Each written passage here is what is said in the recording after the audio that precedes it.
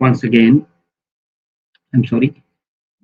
Once again, we are going to learn about the stereo aspects of the chemistry. That means what are the stereo aspects of the chemistry, and uh, what are the stereo aspects of the substitution reaction.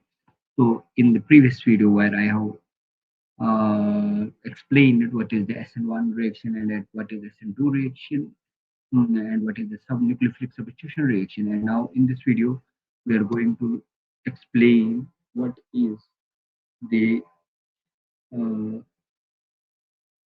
we are going to explain what is the optical activity and what is the importance of the optical activity. So this is very important for all of us, and it will help us to understand how this optical activity works for the compound and what is the importance of this optical activity. So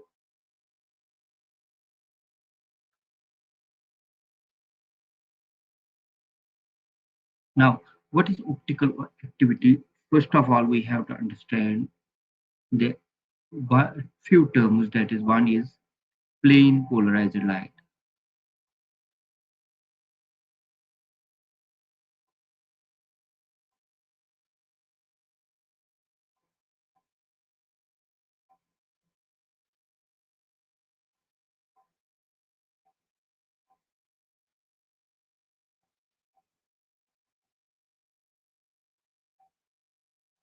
Now, what is plane polarized light?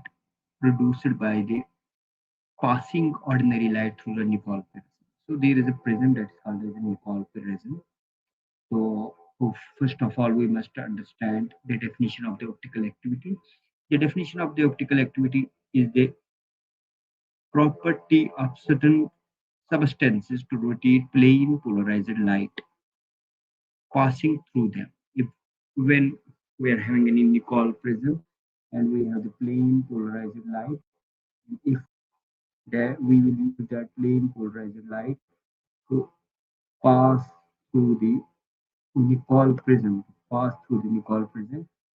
then this compound or a substance which will rotate plane polarized light passing through them is called as optical activity. So substance that shows properties are called optically active substance. So what is plane polarized light? The ordinary light vibrates in all directions, perpendicular to the direction of travel. That means they uh, are having the vibration in all directions. When ordinary light passes through the polarized or any prism, the vibrations are restricted to one plane. That is why it is called as the plane polarized light.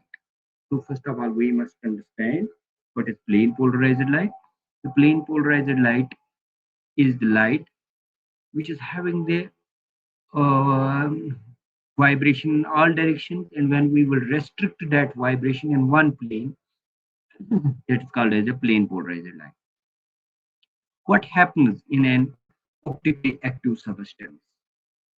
So now this is second question. What happens in an optically active substance? When plane polarized light passes through an optically active substance, its plane of polarization is rotated. That means the plane of polarization will rotate.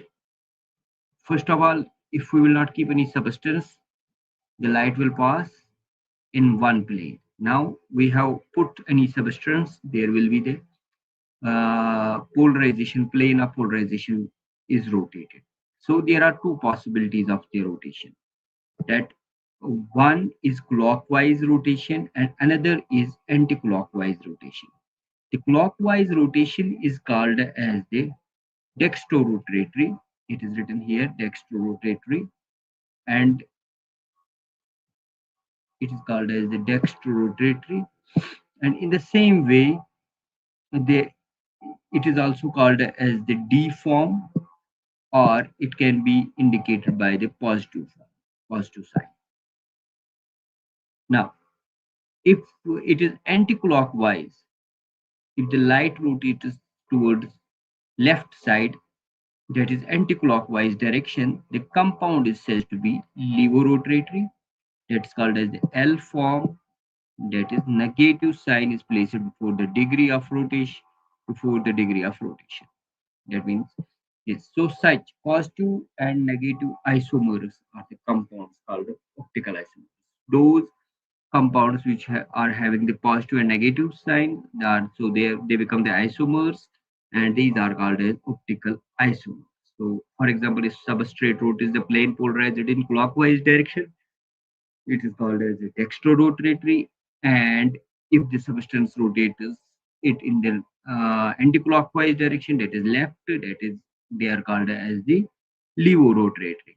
And they do not necessarily indicate R and S configuration, that is a different configuration. So why does optical activity occurs? Optical activity is generally associated with chirality. The reason is why this optical activity occurs, why this any substance that will rotate the compound in the right direction, and another compound substance will rotate the plane polarized light in the another direction, that is right direction and left direction. That means now why is this? The reason is chirality. The molecule is a chiral when it cannot be superimposed on the mirror image. So this is the example of chirality when they cannot be rotated on a mirror image.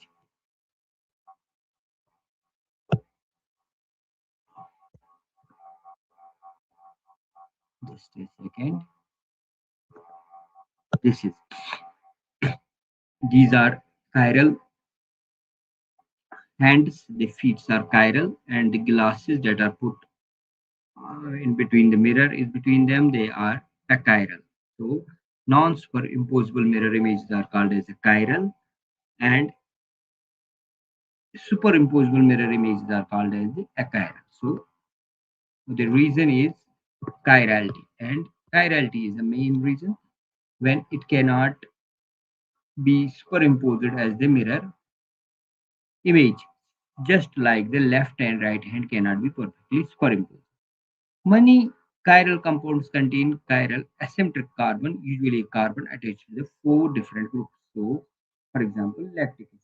Middle carbon is attached to OH, it is attached to H, it is attached to CH3 on the one side, and it is attached to COH. Such these four groups are different, and the carbon is chiral center. The carbon is called as the chiral center. So now, what is molecular symmetry, chirality? You have understood this. Now there is another definition that we need to understand is, and what are enantiomers?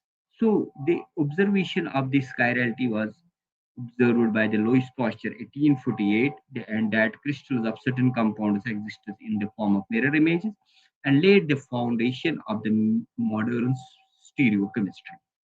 He demonstrated that aqueous solution of both types of crystals show optical rotation equal in magnitude for the solution of equal concentration, but opposite in direction.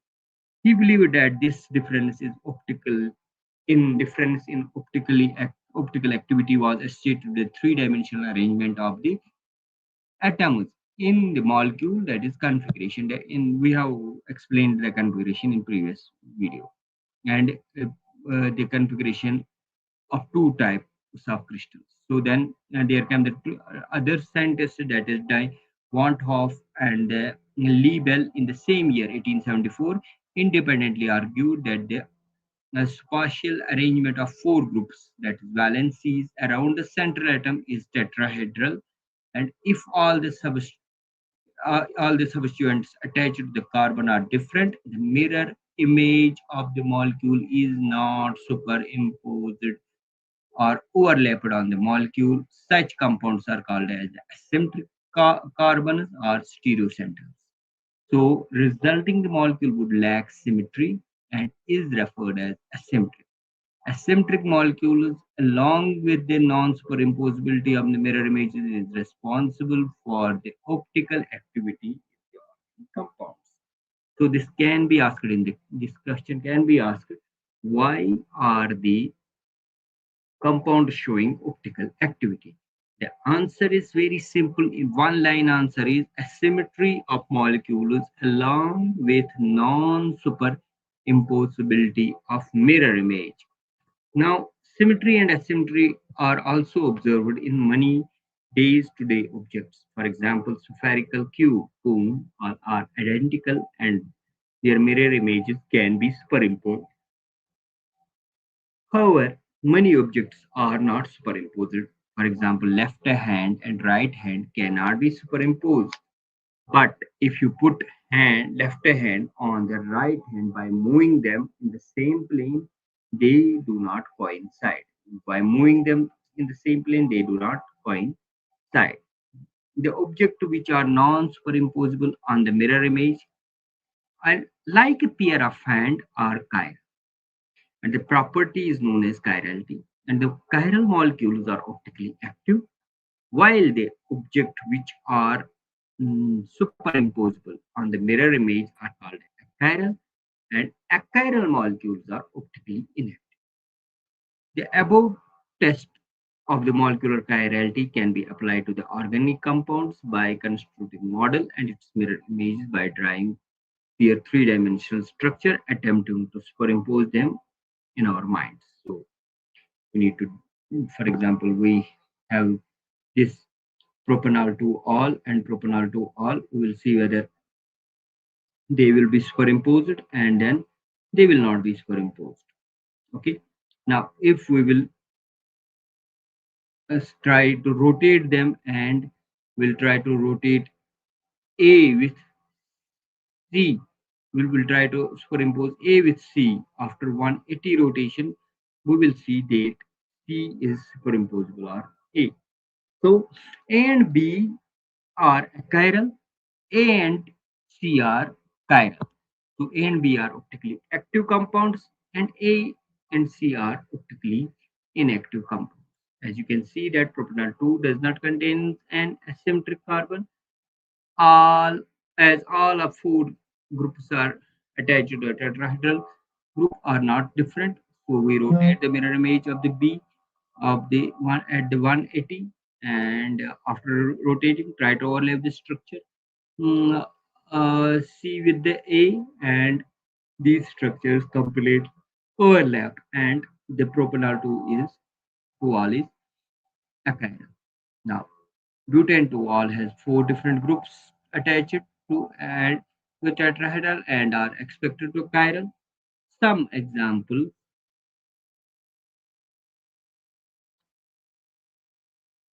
so E and D, E and D is a mirror image. E is rotated in by 180 to get the F, and F is non-superimposable on its mirror image D. So this F is butanol to butane to all is optically active and it is a chiral. The stereo isomer related to each other as non-superimposable mirror images are called enantiomers. So what are enantiomers? This is stereoisomer. So enantiomers are the two molecules that are non-superimposable. That is, they are the stereoisomers which are non-superimposable. Enantiomers identical physical properties, mainly melting and boiling point and refractive index, and they only differ in their respect of rotation of plane polarized light. If one enantiomer is dextrorotatory, other is levorotatory. Now, the another term is racemic mixture. So, what is a racemic mixture? The mixture containing both of these enantiomers is equal in equal properties will have zero optical rotation as the rotation due to one isomer will be cancelled by the rotation due to another isomer. So when we will say that those who are having mm, uh, which are non-superimposable, that is they are chiral molecules, and when the chiral molecules are present in the mixture, they are called as the enantiomers. If both of these enantiomers will have a different optical rotation, and they will cancel this optical rotation because one will be paused right side, another will be on the left side, and the rotation due to one isomer will cancel the rotation due to another isomer, and they are called as the racemic mixture. So that is called as the racemic morphism. A racemic mixture is represented by fixing DL or plus minus because of the name. For example, plus minus butane to all that possesses the conversion of an enantiomer into a racemic mixture is known as racemization. Now, this is all about the racemization. Now, this is an important point. It's called as the retention. Now, you will see that there is an arrangement of the mm, uh, functional groups around the chiral carbon, and they have some fixed position if they are having the spatial arrangement of bonds to the asymmetric carbon due to the chemical reaction of or transformation. In general, if during the reaction no bond to stereoisomer is broken, the product will have the same general configuration of the group around the stereo center as that of reactant. Such reaction is called to proceed with retention of configuration. So, for example, we have methanol, methyl 2 1, methyl butane 1 all, and it's having the OH group, and we will it will be if it will be reacted with the HCl, and then it will be heated. OH will leave, HCl will bind to the CH, and after binding to the CH, their CH3 will remain on its own place, H will on its own place, CH2 will remain on its own place, so they will not change any place. That is called as the retention. If it is important to note that configuration at the symmetric center in the reactant and the product is same, but the sign of optical rotation has changed in the product. And this is so because two different compounds with the same configuration at the asymmetric center may have different optical rotation, and one may be dextrorotatory, another may be levorotatory. Now, inversion, retention, and racemization. There are three outcomes for a reaction to be asymmetric carbon, which is bound, which is a when a bond directly linked to asymmetric carbon is broken, consider the replacement of Y. If there is a replacement of Y with a replacement of X by Y, following in this reaction, there is a replacement of X by Y. When there is a replacement of X by Y, now you will see uh, this in this case, when there is a replacement of X by Y, here you can see that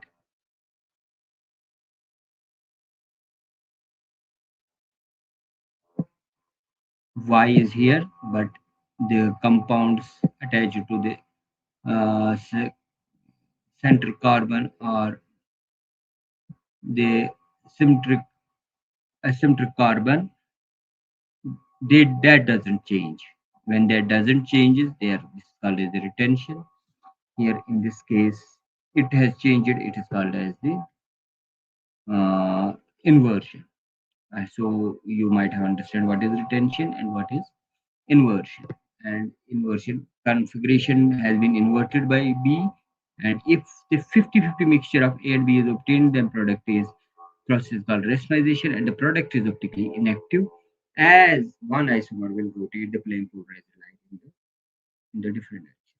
So now we have, let us have a fresh look on SN1 and SN2. In case of optically active alkyl halide, is the product is formed as a result of SN2 mechanism has the inverted configuration as compared to the reactants, and this is because of the nucleophilic attack itself on the sides opposite to one where the halogen is attached. And when the two bromooctane is allowed to react with the sodium hydroxide, forming the two octanol, the OH group of octane will bind on the other side, and there will be the inversion. Now, SN2 reactions of SN2 reactions of optically active halides are accompanied by inversion of the configuration. And there is the inversion, there is inversion. Now, if the attack is on the same side and there will be no change, that is called as a retention. So SN1 are accompanied by respiration. And can you think that reason why it is happening? Actually, the carbocation formed the being sp2 hybridized is a planar achiral. That is a planar achiral carbon. And the attack of the nucleophile may be accompanied by either sides of the plane, resulting in the mixture of products, and one having the same configuration, OH attaching to the same position as halide, and other have the opposite configuration, that is OH is attached on the opposite side of the halide. And this may be illustrated by hydrolysis of optically active bromine, which results in the formation of plus minus 2 protein.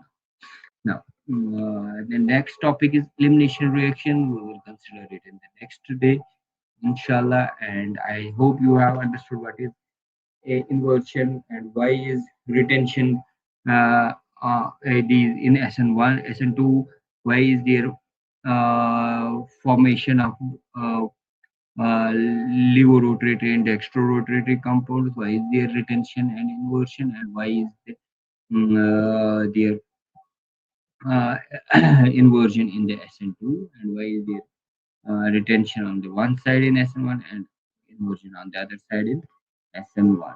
So what is this mixture, what is racemisation, what is optically active compound? All for today. Please share this video. Let other people know that I am explaining this video in a lucid way, very simple way, and you are getting benefits from it.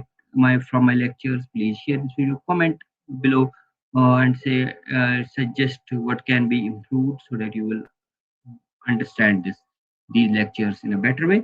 And do you like the reading of these uh, textbooks so that it is becoming easy for you to understand while listening the lecture and understanding what is written? So you can also do one thing, you can also bring your textbook and read it, and if it's not it's possible on the video to read it, you can also do that. So it's all for today, and thank you so much.